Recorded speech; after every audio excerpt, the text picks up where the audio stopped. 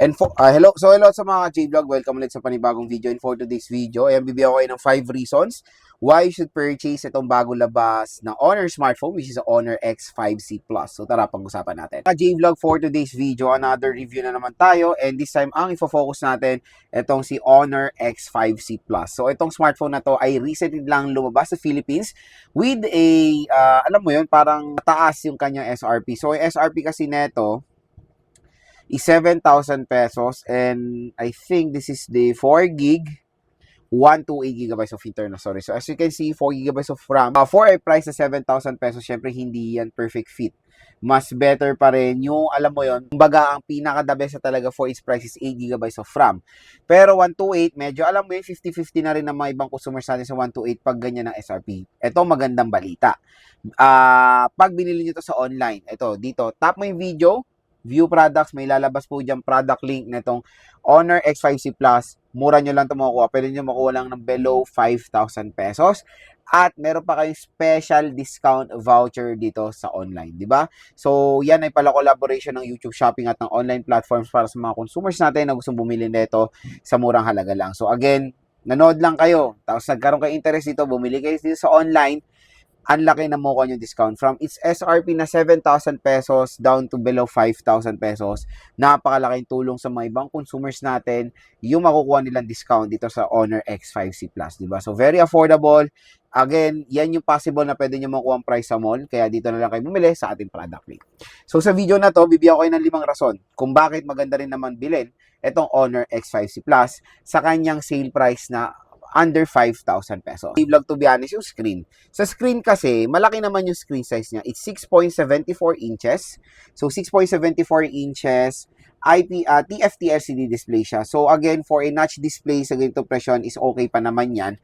Especially 90 Hz. Okay pa yan sa ganitong presyon. Ang nagustuhan ko kasi dito, yung kanya screen size. Napakalaki ng screen size na ito. Ayan, no. So, all goods na all goods siya kung manonood man kayo or maglalaro. Kumbaga, hindi kayo ma-hassle gamitin itong Honor X5C Plus dahil sa kanyang large displays. And when it comes sa brightness, okay din naman yung level ng brightness niya. Even though TFT siya, kasi usually pag TFT, yan, kilala yan pagdating sa mga washout na display. Sobrang subok ko na yan sa mga Samsung panels. Pero dito, even though ano siya, TFT,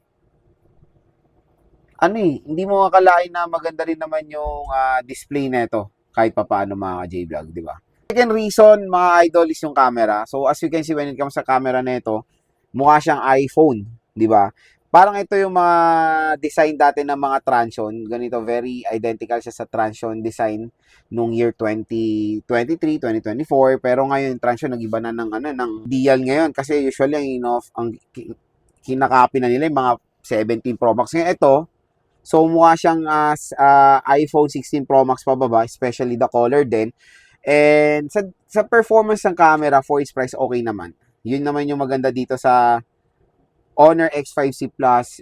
The camera performance for its price, malinaw din naman. Even the front-facing camera. So, kahit na 5 megapixel yung front-facing camera nito, pagdating sa quality, makakapag-provide naman to ng excellent quality for its price sa below 5,000 pesos. Next, yung processor. So, sa processor, medyo upgraded na siya. Dahil doon sa kanyang predecessor na Honor X5B Plus, I think that is MediaTek Helio G50 na sobrang hassle na processor. Pero dito, iniba nila yung processor nito. MediaTek Helio G81 na siya. So, nakakalaro na tayo dito ng mga games like Mobile Legends, Honor of Kings, COD, Genshin Impact, Genshin Impact nakakalaro naman tayo kahit papaano. Pero, alam mo yun, hindi siya yung ganun na smooth. Expect nyo yan. Nakakalaro with mga frame drops from time to time, pero manageable naman mga idol. Pero, ang maganda kasi dito, hindi lang naman karamihan ng consumers natin ay gamers eh.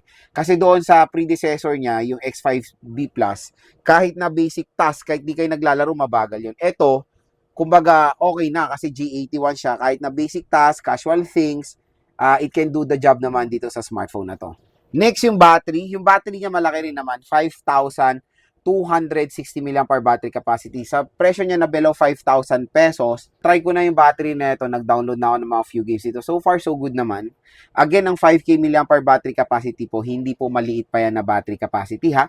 Malaki pa po yan na battery capacity. At dito sa smartphone na to, kumbaga acceptable pa yan sa ganitong price range mga idol. And iba sabihin, idol, yung iba, ino-offer na nga 6.5, 6K, parang mas better. Yung totoo naman. Pero dito kasi, parang based on my observation naman, binalance si Honor yung specification ng smartphone na to. Pero sa kanyang SRP na 7,000 pesos, hindi talaga siya perfect fit or it's a big no-no for a price tag na 7K pesos. Pero bumawa nyo nga siya ng below 5,000 pesos, okay na okay naman yung in-offer nila na battery capacity. The 15-watt fast charging rate lang yung talagang sablay dahil mabagal yan, especially in today's time. Hindi na nga dapat tayo nag-o-offer sa ganitong presyo na 5K ng 15 watts. Medyo mabagal yan.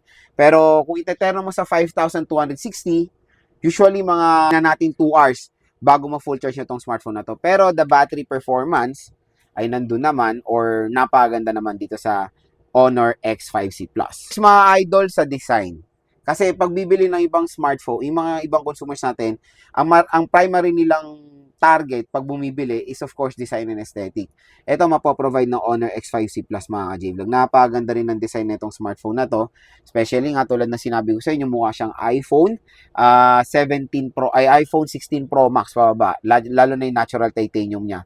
So kung i-rate ko yung design nito, 1 ang lowest, 10 ang highest, ang score ko dito nasa perfect 10 din naman. Very premium, hindi nyo akalain na nasa 5,000 pesos lang to, di ba? Panigurado pag ginamit nyo to outdoor, makakuha to ng attention ng mga consumers natin dahil sa kanyang very attractive na design. So, when it comes sa form factor and all, manipis din naman siya. Ayan. And magaan din naman si Honor X5C Plus.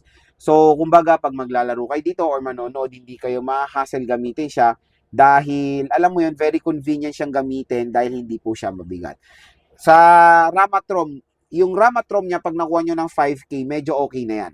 Usually kasi mga ibang brands, 4GB RAM pa rin naman ang ino-offer for its price na 5,000 pesos. So parang common pa rin naman siya. And 4GB of RAM, don't worry, still very, pa rin naman siya, usable in today's time pa naman mga idol.